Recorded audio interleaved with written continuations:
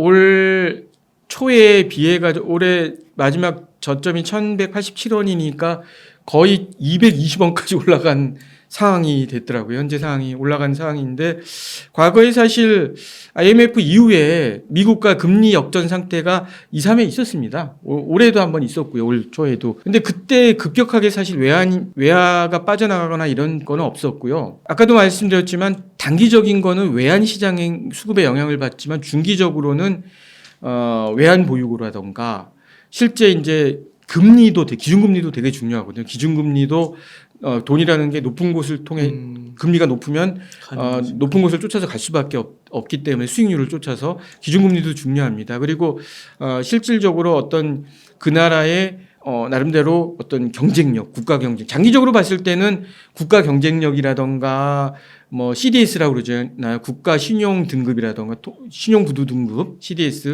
이런 것들도 보고 이런 것들이 그리고 그 나라의 어떤 향후의 경제 성장률, 연구개발, 생산 실적들을 종합적으로 해서 환율이 결정이 되기 때문에 결국은 환율이라는 건 그 나라의 경제 성적표라는 표현을 쓰잖아요. 그래서 실질적으로 말씀하신 대로 장기적으로는 금리 역전 상태가 바로 영향은 안 주지만 중기적으로는 영향을 줄 수 있습니다. 그래서 계속 놔둘 수는 없는 거고요. 우리도 금리 역전이 환율에 영향을 주지 않기 위해서 나름대로 빨리 금리를 올려야 됩니다. 그건 맞습니다. 네. 그러면은 4.6이라고 하면 저희도 한 4 정도까지는 올라간다고 봐야 되지 않을까요? 4를 넘는다는 최소한 4.6까지는 올라갈 수밖에 없는 상황입니다. 그러니까 올해는 4.4니까 4.4, 4.5 정도는 올해는 아마 올려야 될 것 같고 미국 연준이 그 정도 따라간다면 내년에는 아마 4.6, 4.7 정도도 우리는 올려야 될 상황입니다. 우리나라 기준금리도 그 정도까지. 예.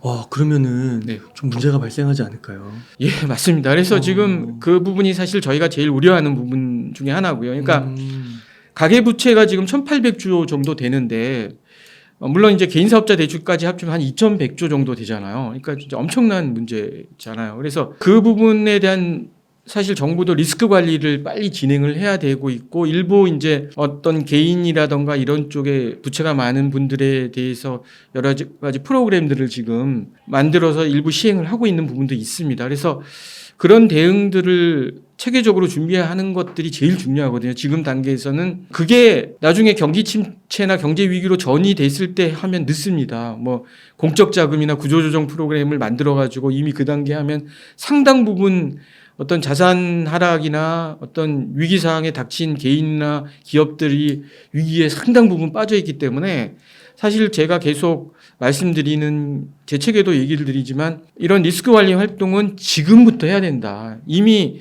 먼저 했어야 된다. 사전적으로 어떤 자산이나 부채나 투자도 마찬가지입니다. 이런 거에 대한 투자에 대한 포트폴리오를 포함해서 이런 리스크 관리를 선제적으로 해서 이미 끊임없이 국가도 마찬가지입니다. 이건 개인도 마찬가지고 기업도 마찬가지고 해서 거기에 대한 리스크를 과연 향후 예상되는 위기 상황에서 최후의 경우에 우선순위도 정하고 최후의 손실률이 얼마 정도까지 돈으로도 환산을 해보시고 그래서 높은 곳서부터 완화 대책을 만들어야 되거든요. 그래서 그런 부분에 대한 끊임없는 것들을 한 번으로 끝나는 게 아니라 계속 리스크는 당분간 계속 될 겁니다. 그래서 리스크를 계속 식별하고 분석하고 평가해서 계산하는 활동을 하셔야 됩니다. 네. 그럼 개인 차원에서는 대출을 갚는 게 하나의 방안이 되는 건가요? 뭐 능력이 된다면 갚는 게 제일 좋을 텐데 사실 그렇지 못한 부분이 상당 부분 존재하시잖아요. 뭐 부동산 대출을 통해서 받았다 그러면 부동산 대출을 당장 만약에 거액을 받으신 경우에 있다 그러면 갚기 어려운 경우도 많기 때문에 그런 경우에는 여러 가지 조건을 보셔가지고 예를 들면 변동금리는 어차피 지금 선이라 그러면 4.6% 이상 올라간다고 봐야 될 것 같거든요. 우리나라 주택담보대출은 회사 3년물 은행채를 기준으로 해서 금리가 결정이 되는 게 대부분입니다. 주택담보대출은. 그리고 미국 같은 경우에는 30년물 국채금리를 기준으로 하거든요. 그러니까 은행채 금리라고 하면 은행채 3년물 은행채도 기준금리에 근접하게 올라갈 수밖에 없는 상황이거든요. 그래서 빨리 변동금리를 고정금리 프로그램으로 변환한다던가 아니면 혼합금리라는 것도 있습니다. 그래서 일정 부분 2, 3년 동안은 고정금리로 가다가 나중에 변동금리로 간다던가 이런 것들을 은행과 빨리 협의도 하시고 프로그램도 있습니다. 그러니까 대출이 뭐 너무 높지 않으면 그 조정이 가능한 프로그램들도 있기 때문에 빨리 알아봐서 변경하는 것도 하나의 대응 방법이고요. 그리고 만약에 미리 부채 상환을 못하고 연체가 예상된다, 내가 수입 지출 대비, 그러면 예를 들면 신용회복위원회 같은 데를 통해 가지고 이 사전에 연체 이전에 부채에 대한 조정 프로그램을 할 수도 있습니다. 신용에 해가 안 되게 이렇게 부채 조정 프로그램을 돌릴 수가 있거든요. 이런 것들도 알아보고 해서 선제적으로 대응하실 필요성이 있거든요. 그리고 또 잘 모르셔서 잘 이행을 안 하신던데 예를 들면 대출 금리도 인하 요구권이라는 게 모두 있으세요. 그래서 대출을 받고 그냥 가만히 계시는 게 아니라 내가 신용이 조금이라도 올라갔거나 예를 들면 회사에서 지위가 올라갔거나 이렇다고 하면 대출 인하 요구권을 충분히 하셔야 되고 이걸 1년에 10번 하셔도 됩니다. 뭐 횟수 제한이 있는 것도 아니고요. 그래서 그거를 요즘은 모바일에서도 네, 하실 수 있으니까 맞아요. 과감하게 하셔서 다음 얼마라도 대출 금리를 낮추는 작업을 하셔야 됩니다. 예. 그렇게 되면은 지금 이제 부동산 가격이 좀 빠지고 있는데 예. 서울 수도권 세종만 빼고 예. 전면 규제를 해제했더라고요. 예, 맞습니다. 그러니까 그런 것들을 고려했을 때 또 어떤 분들은 아 부동산 가격 다시 오르겠구나 해서 사야 된다 또 이렇게 막 주장하시는 분들도 있는데 근데 지금 금리가 이렇게 지속이 되고 높게 올라가고 4% 이상 이렇게 올라가고 이러면 지금은 섣불리 부동산에 접근하면 안 되겠다는 생각이 드는데요. 네. 아, 맞습니다. 사회자님 말씀이 맞고요. 사실 이렇게 금리 인상기에는 기본적으로 보통 5가지 경로가 있다고 합니다. 그러니까 첫 번째가 자산 가격이 하락할 수밖에 없습니다. 그러니까 주식, 부동산, 채권 가격들이 내려갈 수밖에 없습니다. 이거는 뭐 기본적으로 내려갈 수밖에 없는. 그다음이 뭐 신용이 영향을 줘서 신용 스프레드에 영향을 주기 때문에 신용 대출이나 이런 걸 받기가 굉장히 어렵고 또 신용 경색으로도 이어질 수가 있어서 시중에 돈이 돌지 않는 상황이 오고요. 또 물론 이제 금리를 인상하는 게 인플레이션을 줄이기 위해서 우리 마음속에 있는 향후 인플레이션이 오를 것 같다고 하는 기대 인플레이션을 낮추는 작업들도 있습니다. 그리고 제일 중요한 게 시중금리를 낮추고요. 또 환율에도 영향을 줍니다. 그래서 기준금리를 만약에 우리가 상대 국가보다 낮게 낮췄을 경우에는 높은 나라에 따라 돈이 흘러가기 때문에 환율이 상승하게 됩니다. 지금같이 금리 역정 이론상으로. 그리고 그 다음이 발생이 되는 게 총수요를 자극합니다. 그래서 수요를 줄여서 생산도 줄고 투자도 줄고 뭐 연구개발도 줄고 여기까지 와야지 실업이 발생이 되고 실질적으로 수요를 억제해서 다시 인플레이션이 내려가는 이게 한 바퀴 돌아야 되는 상황입니다. 그러니까 인플레이션이 잡히기 위해서는. 그러니까 금리 인하만 한다고 해서 바로 인플레이션이 잡기가 안 되거든요.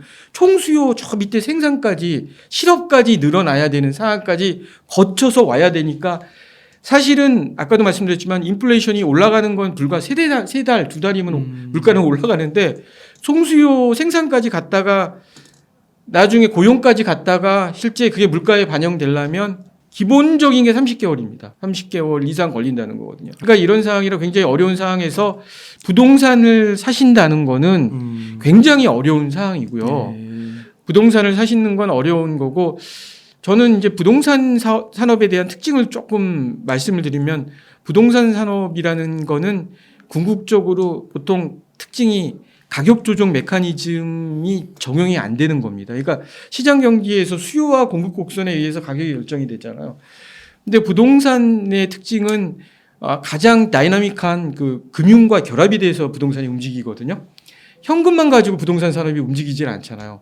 그러니까 금융과 항상 연결이 돼 있잖아요. 그러다 보니까 그러다 보니까 부동산은 자본시장에서 가장 다이나믹한 부동산과 금융이 결합이 돼서 움직여서 가격 조정 메커니즘이 움직이지 않기 때문에 가격이 오를 때는 수요가 올라가면 공급이 늘면서 수요가 같이 줄어서 가격이 조정되는 게 안 일어납니다. 수요가 수요를 다시 유발합니다. 예. 예를 들면 정보 비대칭도 굉장히 어려운 용어를 써서 죄송한데 그 남이 사기 때문에 따라간다고 하잖아요. 앞사람이 선도 효과라고 해서 앞사람이 사면 막 오를 것 같아서 막연히 오를 것만 보고 계속 수요를 계속 일으키거든요. 수요가 올라가서 공급이 쫓아가면서 가격이 내려가는 게 아니라 수요가 수요를 쫓아가는 그런 군집행위가 일어나는 가격 오를 때의 증상의 특징이고요. 내려갈 때는 또 특징이 뭐냐면 수요가 하락하면 하락된 게 사실은 공급이 줄면서 가격 조정이 되면서 적정한 선이 움직이는 게 아니라 수요가 하락되면 하락된 수요를 쫓아갑니다. 또 더 많이 하락을 시킵니다. 그러다 보니까 가격 조정 메커니즘이 일어나는 게 아니라 하락 시기에는 군집 효과로 생각한 수요보다 더 많이 떨어질 수가 있거든요. 그래서 이제 버블이 붕괴되는 게 항상 버블이 붕괴되는 게 우리나라가 2011년도 저축은행 사태 때 사실 우리도 부동산이 버블이 붕괴되면서 저축은행 사태가 일어난 거거든요. 그러니까 미국의 2008년도의 글로벌 금융위기도 원인이 부동산 가격 버블의 붕괴. 그때 발생된 동일한 사항이 이러한 가격 조정 메커니즘이 적용이 안 됐기 때문에 발생된 사항이었습니다. 그래서 향후에도 충분히 가능성이 있습니다. 지금 역대급 유동성과 역대급 금융이 뒷받침돼서 어떤 자산 가격이 폭등한 상태이기 때문에 이러한 하락기에는 군집행위에 의해서 하락의 승수 효과라는 표현을 보통 쓰잖아요. 이런 게 배가 될 수 있기 때문에 예의주시하면서 가급적 자산을 필요 없는 자산이라 이런 것들은 조정하시는 게 훨씬 유리하다고 보여지고요. 만약에 투자로 돌아서기 위해서는 아까 말씀드렸듯이 미 연준에서 얘기하는 명백하고 설득력 있는 물가 하락 조건인 그때만 금리 인상을 안 하겠다는 거잖아요. 금리를 그때가 24년 하반기나 돼야 되기 때문에 그때까지는 투자를 안 하시는 게 좋고 그나마 그 전에는 리스크 관리 측면에서 불필요한 자산이 있다 그러면 가급적이면 자산 가격 하락 시에 손해를 보지 않기 위해서 조정을 하시는 것도 방법입니다. 근데 내가 만약에 이걸 충분히 버틸 가능성이 있다 그러면 계속 유지하는 것도 방법입니다. 예. 그렇구나. 그러니까 그러면 만약에 지금 뭐 무주택자 분이 있는데 예. 그분이 막 무리해서 네. 사기보다는 아까 말씀하신 대로 2024년에 예를 들어서 인플레가 확실하게 꺾였다는 예, 신호를 예. 보이고 예. 그래서 이제 금리 인하까지도 시작이 되면 네. 그때부터 좀 고민을 해도 그때는 충분하다. 인하되기 전에는 저점이기 때문에 그때는 자산 효과를 해서 미리 투자하는 개념으로 사셔도 되죠. 그러니까 또 그때는 또 선반영이 빨리 예, 되는 예. 거예요. 근데 기본적으로 아시겠지만 자산 시장에서는 가장 먼저 나오는 게 주식 시장이고요. 주식은 빨리 반영이 되는데 부동산이 약간 늦게 나지만 그래도 항상 이런 말을 쓰잖아요. 무릎에서 사서 어깨에서 팔으라는 얘기가 있듯이 너무 하락되기보다는 적정하게 하락됐을 때 사는 게 훨씬 유리하시죠. 그러니까 부동산이라고 해서 오르는 비율이 커서 그렇지 이것이 갖고 있다고 해서 영원하게 이게 나한테 큰 부의 효과를 갖고 오는 건 아니거든요. 적정하게 어떤 포트폴리오를 조정하시고 조정하는 게 항시 리스크 관리를 해주셔야 됩니다. 네. 그러니까 지금은 금리 인상기이기 때문에 이런 투자에 있어서 거액을 조금 2020년 코로나 이후를 생각하면서 투자하는 거는 좀 오버다. 위험하다. 맞습니다. 그러면 좀 주식으로 좀 돌아가서요. 네네. 주식 같은 경우는 예를 들어 금리가 4.6이라고 하면 지금 3.25고 올해 안에 4.4인가요? 거기까지 가잖아요. 예, 맞습니다. 예. 그러면 그래도 거의 정점까지 가는 거잖아요. 이번 연 말까지 가면. 네, 맞습니다. 그러면은 이거는 좀 뭐 바닥 근처? 바닥은 알 수 없어도 선반영 6개월 1년 선반영 한다고 하니까 네네.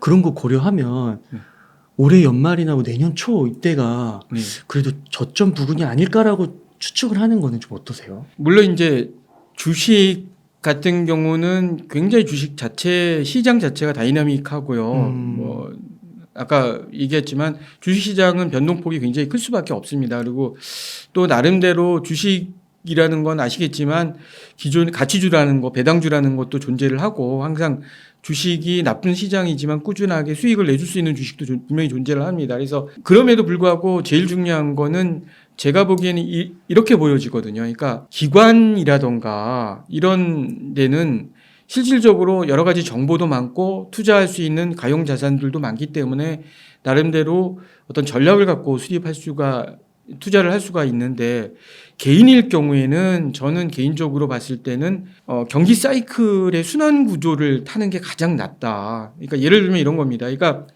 기본적으로 지금까지 우리나라도 경제 위기를 미국은 11번의 긴축 시기에 금리 인하 시기에 14번의 금리 인하 긴축 시기에 11번의 위기 상황이 왔었거든요. 그 위기 상황이 평균적으로 30개월이 갔습니다.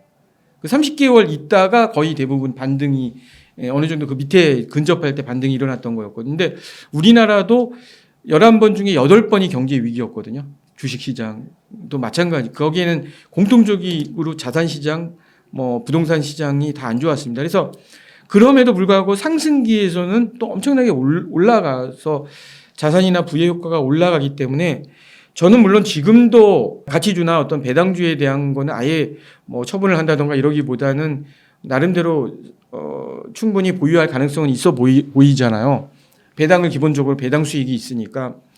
근데 그럼에도 불구하고 대세장 자체는 하락일 수밖에 없다. 그러니까 아시겠지만 올 초에 비해서 지금까지 우리가 거의 20% 하락을 했잖아요. 주식시장이. 미국도 10%를 하락을 했거든요. 그러면 이게 대세 하락장이 내년에는 그럼 올라갈 거냐. 그러면 내년에도 계속 내려갈 수밖에 없거든요. 내년. 최소한 24년까지는 대세 하락장이 24년 상반기까지는 대세 하락장이 갈 수밖에 없다는 얘기죠. 그러면 지금 20%인데 여기서 더 빠진다는 거예요? 그럴 수밖에 없습니다.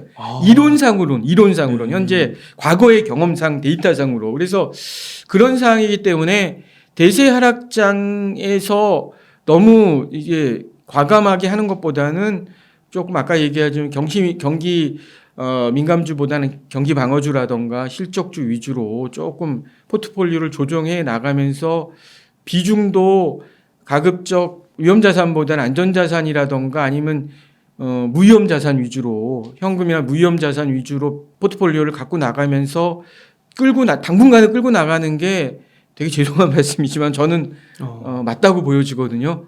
그래서 그러면은 네. 대략 아까 30개월 말씀해 주셨잖아요. 네네. 그러니까 물론 미래는 알 수 없고 네네. 또 어떤 변수가 나타날지는 모르는 건데 네네. 앞으로 금리는 계속 인상될 거고 네네. 4.6까지 네. 그러면 30개월이면 대략 어느 정도 몇 년도 몇 월 정도 올 3월이라고 따지더라도 네. 기본적으로 내년 3월이 돼야지 지금 1년 12개월.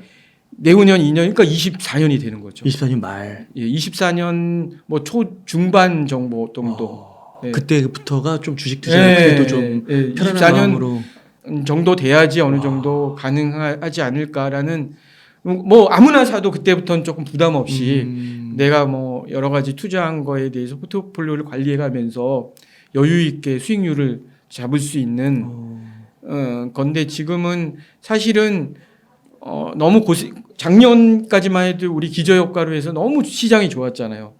사실 근데 이렇게 갑자기 경색될지는 몰랐잖아요. 근데 올해도 그렇게 되지 않을까? 내년에도 그렇게 되지 않을까? 근데 사실 데이터로 봤을 때는 아니거든요. 그래서 좀 너무 죄송스러운 말씀이지만 지금은 전에도 한번 말씀드렸지만 조금 실력을 쌓고 내실을 다질 때다. 그래서 좀 준비해 가면서 여러 가지 조정을 해 가면서 준비를 하고 있다가 이거 올라갈 때는 금방 올라가거든요. 올라갈 때는. 그렇구나. 와, 이게 기간이 상당히 지나야 되네요. 그러니까 주식하시는 분들은 사실 현금 들고 있는 거를 조금 마음에 안 들어 하셔가지고 금방 또 빨리빨리 사고 그러시길 원하시는 것 같아가지고 좀 기다리셔야겠네요. 사실 예적금 같은 경우에도 요즘은 금리 같은 경우 괜찮은 것도 있거든요. 그래서 예적금 같은 경우도 은행연합회 같은 홈페이지에 보면 비교 사이트들이 있어요. 그래서 예적금이 좋은 데도 있으시고 그래서 그런 쪽에 아예 위험 자산 비중을 높여가는 것도 방법일 것 같거든요. 네. 예.